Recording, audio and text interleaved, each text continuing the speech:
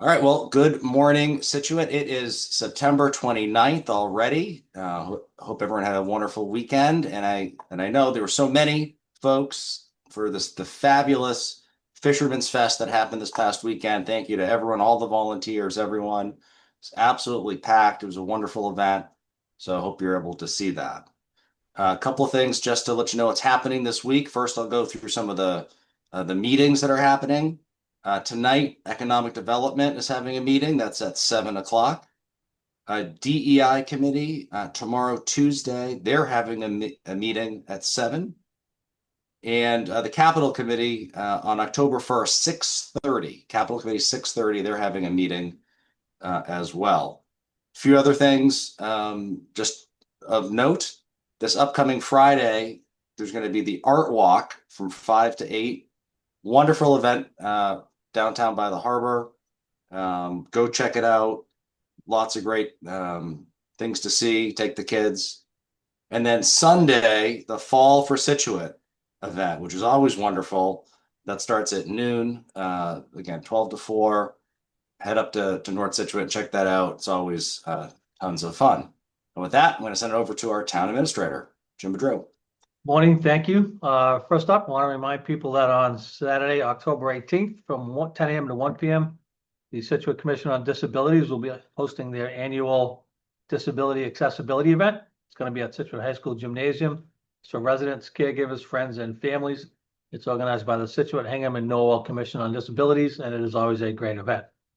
Scituate Fire Department is going to be hosting a firefighter survival training course starting today, tomorrow, and Wednesday at the Old Gaines Intermediate School. The Fire Ground Survival course is a comprehensive curriculum developed using near misses, close calls, and fire fatalities to address the critical elements of fire ground survival.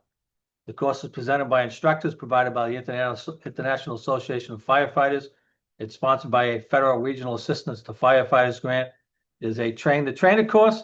There'll be Scituate firefighters and firefighters from other South Shore communities taking part in this training.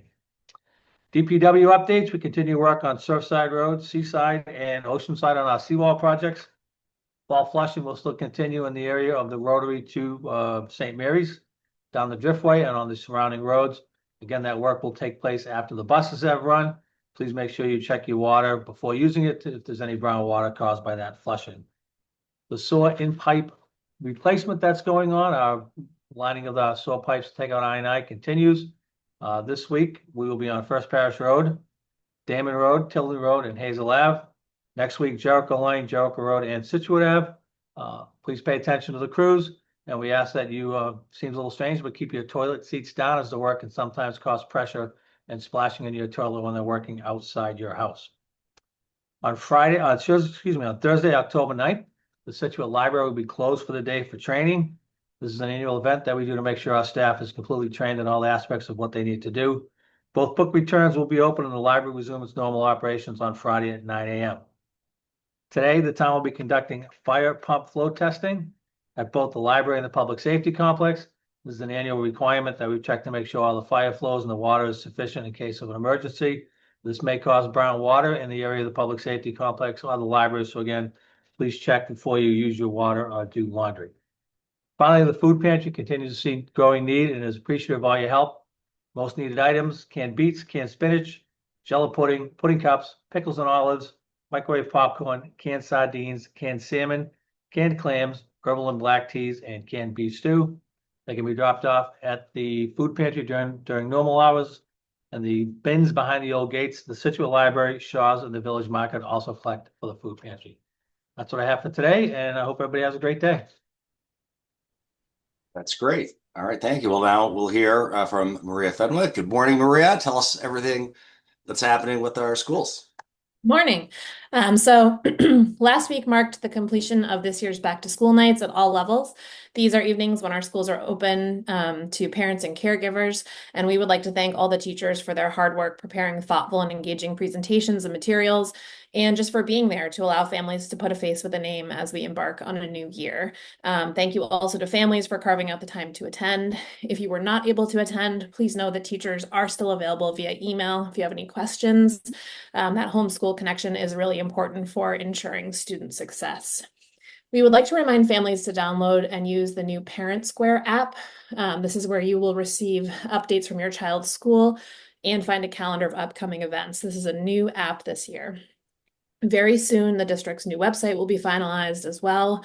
In the meantime, the temporary site should have everything you need on it, but if you can't find something, please call your child's school. Regarding the new elementary building project, we will begin to see trees being taken down and construction fencing being put up this week. Families at Hatherley are kept in the loop via the principal, as changes to the site will soon become more noticeable. The school committee is working with our interim superintendent, Tom Robb, to begin scheduling meetings and updates regarding redistricting as we plan for the new elementary school to open in the fall of 2027. We'll have more updates on that soon. Jenkins families will notice that new windows are being installed at Jenkins Elementary as we speak, and we're very excited for that project to be underway. We are proud to announce that Scituate High School has been selected as a Special Olympics Unified Champion School, an honor extended to schools that intentionally promote meaningful social inclusion by bringing together students with and without intellectual disabilities to create accepting school environments. This is a very prestigious award, and we thank Bryn Nyberg for the hard work she has done to help SHS earn this recognition. We would also like to congratulate Dina Dre, who currently works in Scituate Public Schools as a METCO coordinator at the secondary level. Dina received a 2025 Latino Excellence on the Hill Honoree Award at the Massachusetts State House for her work with underrepresented children in our community. She was nominated for this honor by Representative Patrick Kearney. Congratulations, Dina, and thank you for your contributions to our community. Please reach out to the Scituate School Committee at schoolcommittee@scit.org at any time with questions, comments, or curiosities. Public comment is typically the first item on our school committee agendas if you wish to speak publicly to the committee on a topic. Our next school committee meeting will be held tonight, Monday, September 29th at 6 p.m. in the SHS library. The meeting will also be available via Zoom and will be recorded and shared via SCTV's YouTube account afterwards. On tonight's agenda is an update from Gates Middle School Principal Ryan Beatty, approval for some out-of-state field trips, and several district policies to be discussed and reviewed. Thank you so much and have a great week. That's great. Thank you. I'm downloading my Parent Square right now. Do it. Thank you. Have a great week, everybody.